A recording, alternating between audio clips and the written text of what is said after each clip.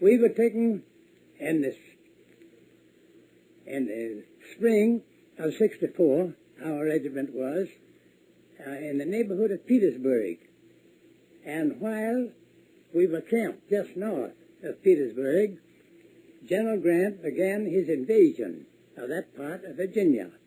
We heard about it, and I remember very distinctly, one morning we heard that General Lee had crossed the James up north and was coming down the Turnpike Road in the direction of Petersburg, just near us.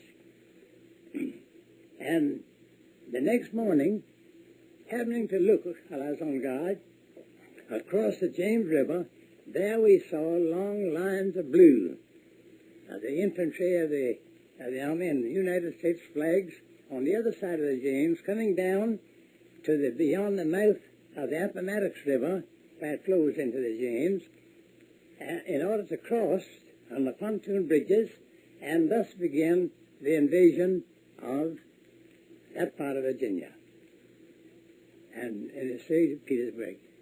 Thus, I was not, well, I beg pardon, same God. I was not with that part of the army. My regiment was moved up north of Virginia, out of Richmond, I mean, north of Richmond, and thus we guarded that city for several months while General Lee and General Grant were struggling there near Petersburg. While that was going on, there were some skirmishes, and one, small battle I was in. I was not in any of the larger battles, probably fortunately, maybe unfortunately. Well, General Ewell commanded the General Lee's corps near Richmond, and I remember we were called up one day and took the Dollytown Road, and some mile or two, I don't know, we never counted distances or time in those days. We turned off from the road, main road, and went down a road through a wood. After a while came to an opening, and there was a line of blue boys and some artillery. And we charged them, and that's where I was struck the first and only time in my leg, which laid me up 2 months. I was sent home on furlough. Now,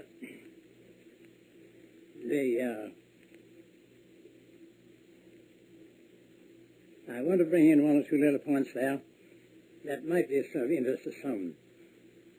We were around Richmond, my regiment was, all the time then, doing little or nothing, while that war was still going on.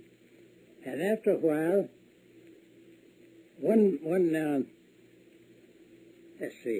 a Saturday evening, the first day of April, 1865, we were ordered, and by the way, in the meantime, about half of my regiment had lost their horses. The Confederate soldiers owned their own horses, and when they lost a horse, it was difficult at that stage to secure a substitute. Anyhow, I lost mine. I've forgotten just now how. I don't believe it was in battle, however, at that time. Now, orders came for a dismounted part, or demounted, I might say, of the regiment to fall in line and march. We stopped on the way and spent the night. That was Saturday night. The next day was a beautiful day, Sunday. We didn't know what was going on. We were within a mile of Richmond, and there was a turmoil there. And that day, as you all know, that day, President Davis was attending his usual services at his church, St. Paul's Church. Right in the midst of the sermon, the front door opened, and a courier rushed in and went up to President Davis, handed him the paper. He opened it, and it was a dispatch from General Lee saying, "Mr. President, I am so heavily pressed by the enemy that I'm compelled to abandon Petersburg." Mr. Davis arose and left, and the congregation broke up, and in a few minutes almost, there was pandemonium then in Richmond. we marched out of Richmond early the next morning, on the 3rd, and started in a southeasterly direction.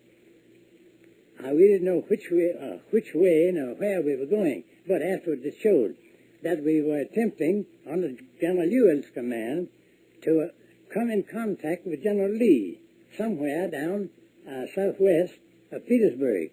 Well, the Federals under General Sheridan overtook us, our command of about 3,000, in Amelia County, Virginia, and after fighting several hours, why, General Ewell surrendered us, and thus I became a captive.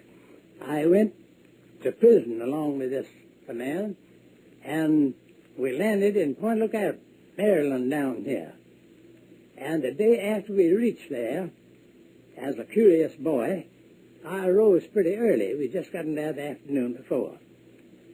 I arose pretty early and went out to see how things looked around in there. There were 20,000 of us, a large encampment.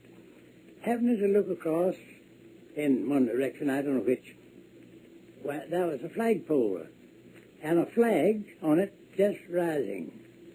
I stopped and looked at it with curiosity.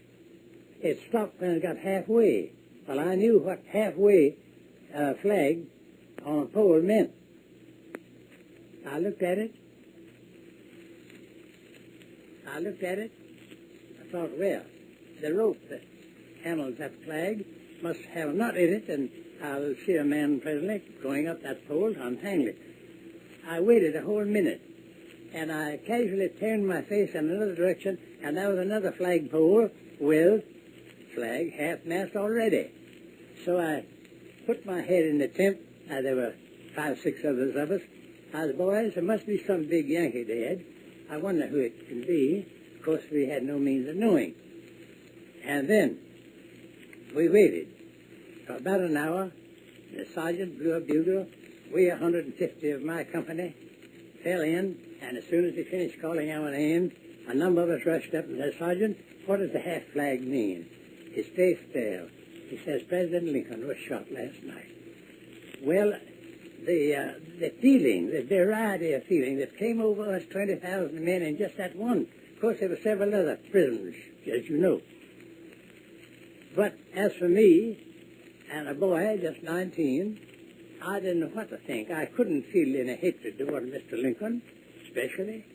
I didn't feel any special hatred toward any Federal soldier. And when I began to think how kindly General Grant afterwards, on the 9th, well, this was just before, acted toward General Lee, I felt kindly toward him. Now, comes up the question of what we Southern soldiers fought for. My friends, as a boy of 16 and a half years old, I didn't think about any abolition of slavery. My mind wasn't developed enough to take in what the politicians had in mind, and hence there was no trouble as to the freedom of the slaves. About half of the Negroes, of my father's Negroes, left and went to Norfolk to be under, as they considered, protection, but another half, 40, 50 of them, remained there and cultivated the crops until after the war. The South did not fight for the preservation or extension of slavery. General Lee, as is well known, was making arrangements to free his Negroes, and his father-in-law had already drawn up a part of his will, free his Negroes. My friend, it was a great curse on this country that we had slavery, and I thank God that I did not bring up my boys and girls under a system of slavery under which I was brought under. What did you boys fight for then? Here's what a great many people do not know. That as a young man that way, I couldn't understand it fully. But I look back now and see my part in it and saw what we struggled for, and that was for states' rights. For states' rights. And as many of you know, immediately after the war, the rights of the various states, well, especially in the South, were very much curtailed, if I may use that word,